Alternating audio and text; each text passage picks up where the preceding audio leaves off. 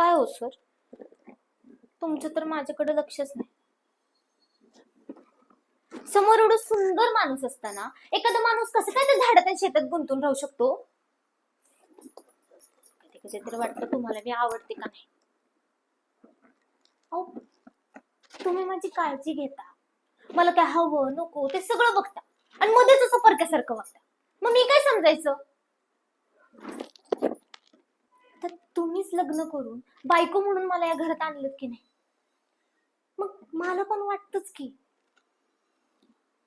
माझा पण संसार असावा बाकीच्यांसारखा. मी माझ्या हातनं तुम्हाला चांगलं चांगलं बनवून खायला करावं, ते तुम्ही खावं, माझं कौतुक करावं, कधीतरी मला प्रेमाने जवळ घ्यावं, माझ्याशी मनातलं भरभरून बोलावं, माझं ऐकावं.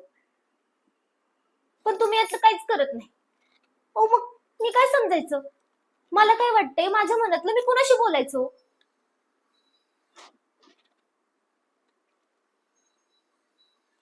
तुम्ही मला त्या नरकातनं तर सोडून आणलंय बघा, तो पिंजरा अजून तसाच आहे असं वाटत राहतं मला. या पिंजऱ्यातनं पण मला बाहेर काढा की,